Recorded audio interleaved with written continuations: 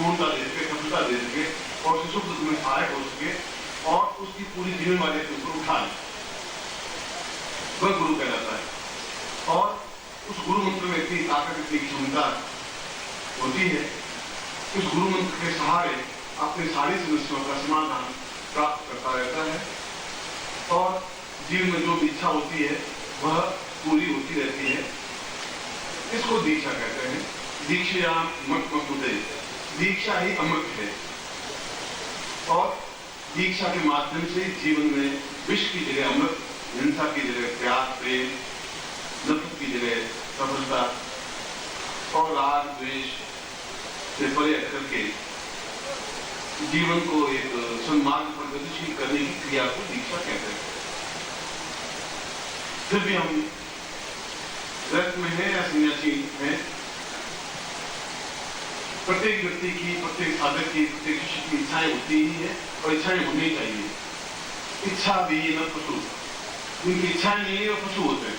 पशु को इच्छा होती नहीं, वह कुछ सोचता ही नहीं, वो उन्नति के बारे में सोचता है, वो साधना के बारे में सोचता है। कोई पशु नहीं सोचते, मनुष्य सोचते हैं। मनुष्यों में जो उच्च स्तर के होते हैं वे साधक होते हैं, वे शिष्य होते हैं। और शास्त्रों में कहा गया है कि प्रत्येक व्यक्ति में आकांक्षा हो, इच्छा हो आगे बढ़ने की, उन्नति करने की, सफलता प्राप्त करने की और समस्याओं के समाधान की।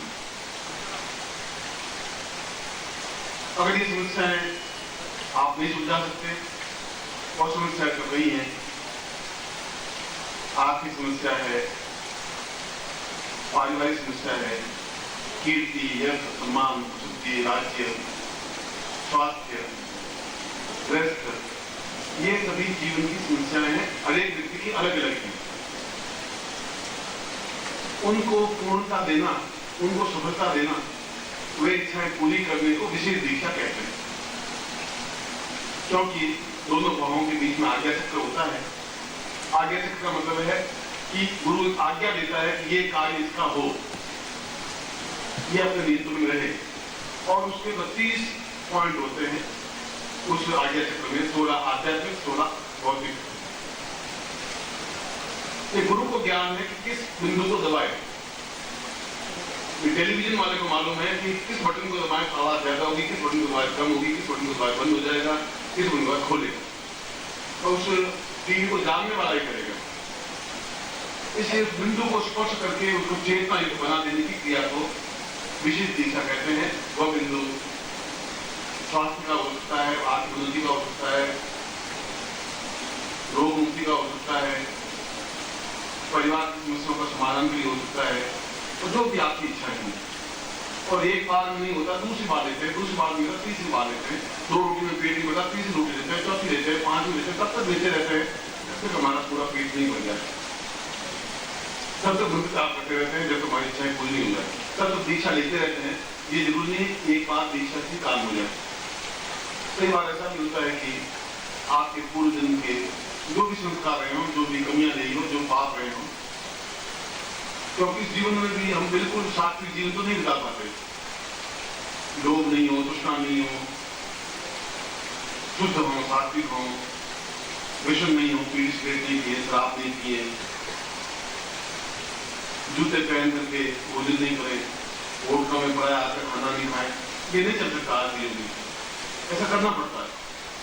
जब ऐसा करना पड़ता है तो वह दोष व्याप्त होता ही है। उस दोष को दूर करने के लिए, और जब तक वो दोष रहेगा तब निर्मलता नहीं आएगी। दोष एक साथ नहीं, मैल और निर्मलता दोनों एक साथ नहीं जुड़ सकते। मैल हटेगा तो निर्मलता आएगी, सफाई आएगी, स्वच्छता आएगी। और यदि आपके पूर्व जन्म के दोष पाप इस जीवन के 1 किलो भर है, उदाहरण से समझा रहा हूं, और यदि मैंने दीक्षा दी तो दीक्षा मात्र आधा किलो हटा दी, तब भी आधा किलो तो फिर भी आपके पास रहा। यानी अगर पानी उबलेगा तो 100 पॉइंट पर उबलेगा, 99 पॉइंट पर उबलेगा नहीं, पानी खोलेगा नहीं, 99.9 पर भी नहीं उबलेगा, पूरे 100 पॉइंट पर ही उबलेगा। इसलिए जब वे पाप दोष दूर होंगे तभी आपको जीवन में सफलता मिलेगी। मगर उसके लिए प्रयत्नशील है। एक बार में दीक्षा नहीं होगी, दूसरी बार लेंगे। दूसरी बार नहीं, तीसरी बार नहीं करता, तेरे 24 बार गुरु बनाए, 24 गुरु धारण किए। आपका दूसरा गुरु स्थापन कर सकते हैं, जिससे भी आपको ज्ञान मिले, जिससे भी आपको तपस्या का अंत मिले। और गुरु के पास कोई धन नहीं होता, साधना के माध्यम से सारी सिद्धियां प्राप्त होती हैं। उसमें चाहे लक्ष्मी हो, चाहे भुवनेश्वरी हो, चाहे महाकाली हो, चिन्मत्ता हो, कोई भी हो, उन तपस्याओं के माध्यम से आपको तपस्या का अंश देते हैं। उसको, उस तपस्या के अंश से आपकी प्रॉब्लम, आपकी समस्याएं समाधान होती हैं। उसको विशेष दीक्षा कहते हैं।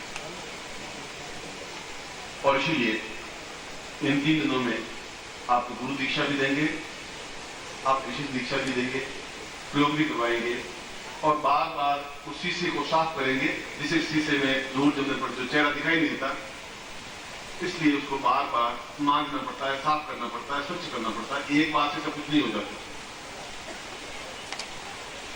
इसलिए बराबर शीशे को, मन रूपी दर्पण को साफ करते रहना चाहिए। क्योंकि रोज दिन भर में झूठ, छल, कपट, उसके ऊपर गर्द, गुबार, जमती रहती है। शीशा अपना चेहरा देख नहीं पाते, हमें क्या कमियां वो नहीं पहचान पाते, हमें क्या न्यूनता आगे वो नहीं समझ पाते। और इसके लिए विशेष दीक्षा प्राचीन हमारे ऋषियों ने, मुनियों ने, योगियों ने दिया है। और इसकी जो इच्छाएं हो तो प्राप्त करे। गुरु का भी ड्यूटी है, गुरु का भी धर्म है, गुरु का भी चिंतन है कि वो लालच नहीं करेगा, उसका उनको रोके नहीं, जो है वो प्रदान करे। गुरु का मतलब देने वाला, गुरु का मतलब वजनदार, गुरु का मतलब समर्थ, गुरु का मतलब छाया देने वाला, गुरु का मतलब पूर्णता देने वाला। यहाँ पर काफी तेज भक्ति है और भाषा कोई आगे नहीं आती, क्योंकि जबान बोलती नहीं है, चेहरा बोलता है, आंखें बोलती हैं, हाथ बोलते हैं। जबान तो केवल 2% बोलती है, बाकी तो चेहरे के हाव भाव समझ जाते हैं आदमी, आंखों के माध्यम समझ जाता है। इससे आप समझ होंगे कि मैं उनको कहता हूँ कि जो मैंने कहा है आपको 5 मिनट में उन भाषा भाषा को समझा है, तेलुगु में, जिसकी में समझ सके, हमारे साथ मेरी अनुकूलता प्राप्त कर सके। आज की दीक्षाओं का उपयोग विघ्नेश्वराय वरदाय सर्वप्रियाय लंबोदराय सकलाय कर्षिताय नागानाथ के भूषिताय गौरीसुताय गणनाथ नमो नमस्ते। श्रीमन्महागणाधिपति महालक्ष्मी नारायण धर्म उमामहेश्वरा धर्म सतिकुंद्रा धर्म माँ प्रकृति धर्म हरे ज्योन्मा देवता ज्योन्मा कुलदेवता ज्योन्मा ग्राम देवता ज्योन्मा शान देवता ज्योन्मा वाणीर्गणाभ्याम सुंदराभ्याम सर्वेभ्यो देवेभ्यो माधवेभ्यो रामेभ्यो नमो नमः। तत्काल संकल्पम कुर्यात्। आप ऐसा मानिए आपके हाथ में जल है, दाहिना हाथ आगे करिए, राइट हैंड, और अच्छा तो आपके पास पात्र हो, तांबे का पात्र होता है, आचमनी होती है, अर्घ्य होता है, वो रहना चाहिए, प्रत्येक के पास रहना चाहिए, क्योंकि मंत्र सिद्ध हो। और प्रत्येक के पास गुरु चित्र भी होना चाहिए।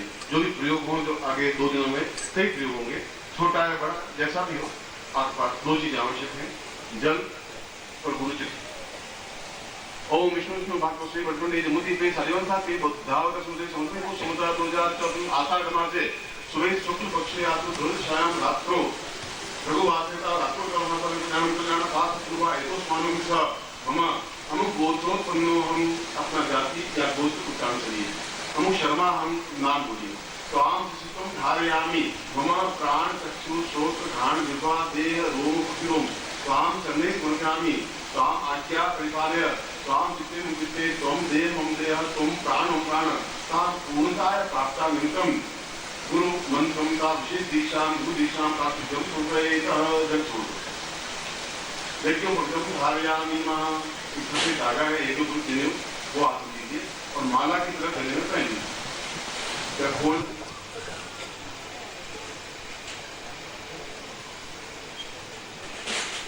तत्रादु गुरु प्राप्येत। आज उठिए। गुरु ब्रह्मा गुरु विष्णु गुरुदेवो महेश्वरा गुरु साक्षात् परब्रह्मा तस्मै श्री गुरु गुरुमा। ध्यान मूलम गुरु मूर्ति पूजा मूलम गुरु पदम मंत्र मूलम गुरु वाक्यम मोक्ष मूलम गुरु कृपा। मूकं करोति वाचालं स्वं मूलं यदेकिरं यत् प्रसादमुन्दे परमानन्दमात्रं गुरुचरणे स्वर्गामि महं। गुरु मंत्रम तस्यात कार्ड के ऊपर मंत्र लिखा हुआ है। मैं मंत्र बोल रहा हूँ, आप मेरे साथ बोलेंगे। ओम परमतत्वाय नारायणाय गुरुभ्यो नमः। ओम परमतत्वाय नारायणाय गुरुभ्यो नमः। ओम परमतत्वाय नारायणाय गुरुभ्यो नमः। चेतन मंत्र से था ओम ह्रीं मम प्राण देह रोम प्रतिरोम चैतन्य जागृय ह्रीं ओम नमः। गायत्री मंत्र से था ओम भूर्भुवः स्वः तत्सवितुर्वरेण्यं भर्गो देवस्य धीमहि धियो यो नः प्रचोदयात्। आप पूर्णतः का आशीर्वाद पठेगा, दोनों हाथ बोलिए ना, आपको आशीर्वाद देगा। मंत्रार्था सफला संतु गुरुनाम संतु मनोरथा सतनाम नाथो पुनिष्ठानाम देव ऋग्वेद यजुर्वेद सामवेद विष्ण ब्रह्मवाक्यस्थान चमहंतीं तस्वान् तस्वान् प्रस्तुन्त्यं गृह्णन्ति येन चत्वारो ते लक्ष्मी आयु बुद्धि यशो बलम श्रीरजस्मानुष्मारुक्यं मां विदत्मानुमहिते धान्यं पशुपुत्रलाभं तत्संवत्सरं दीर्घमायुः।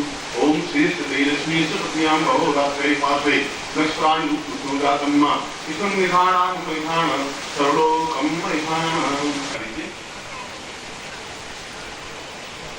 अब मैं विशेष दीक्षा दे रहा हूँ। जो विशेष दीक्षा में शास्त्री जी खड़े हो जाएं और एक एक करके इधर से आएंगे। जिन्होंने गुरु दीक्षा ली है और वो प्रयोग कर रहे हैं अपने स्थान में बैठ जाएं, इसे अपना प्रयोग कर सकते हैं।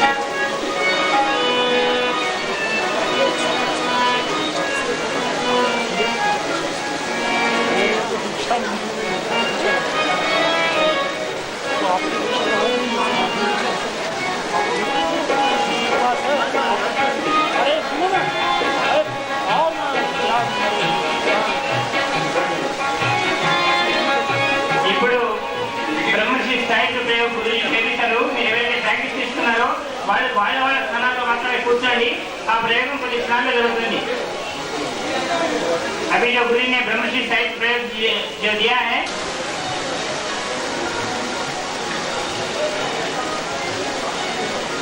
जो लोग खड़े हैं सब अपना स्थान पर बैठ जाइए। एक साइड पर भी सब खड़े हैं, वो बाजू स्थान पर बैठ जाइए। स्टेज की लेफ्ट साइड में, राइट साइड में सब लोग खड़े हैं।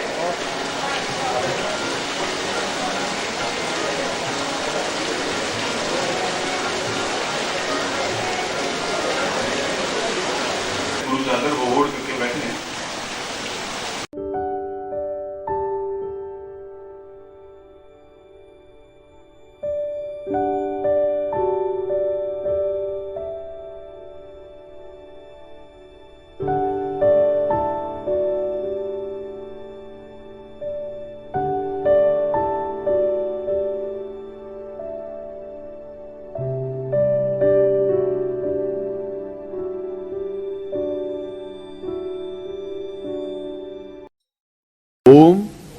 परम तत्वाय नारायणाय गुरुभ्यो नमः।